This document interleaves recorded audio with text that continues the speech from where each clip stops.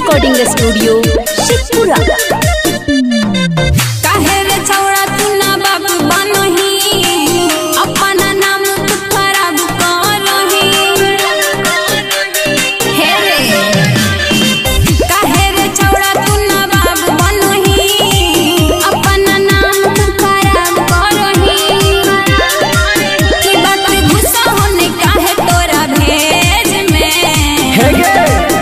हेगे होले रंगदार हंसतर के एज में मंझियान के बेटा गोली मारो है करेज में। होले रंगदार छौड़ी 17 के एज में मांझी जी के बेटा गोली मारो है करेज में।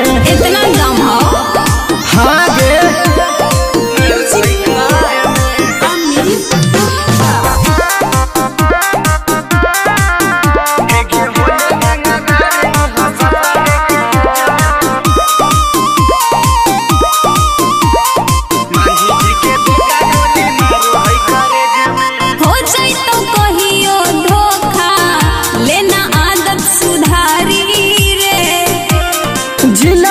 खंड चाहे थाना चले हमरे रंगादारी गे।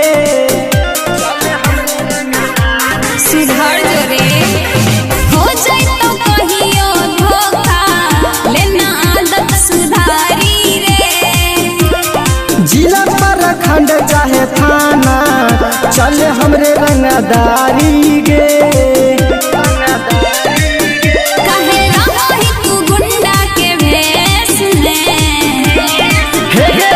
होले रंगदार हंसतर के एज में मंझियान के बेटा गोली मारो है करेज में। होले रंगदार हंसतर के एज में मांझी जी के बेटा गोली मारो है करेज में।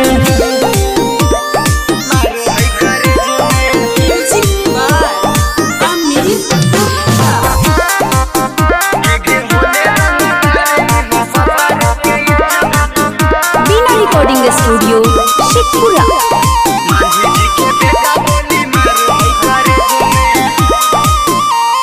खून खराब से छौड़ा काहे रखो ही ना तारे। बादल बिहारी के जिंदगी में इतिहास लिखाता गे।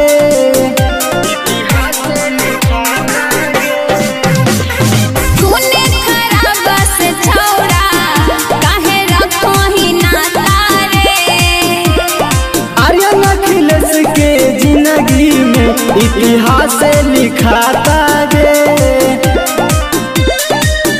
कहियो फंस जानी छौड़ा कोनो केस में।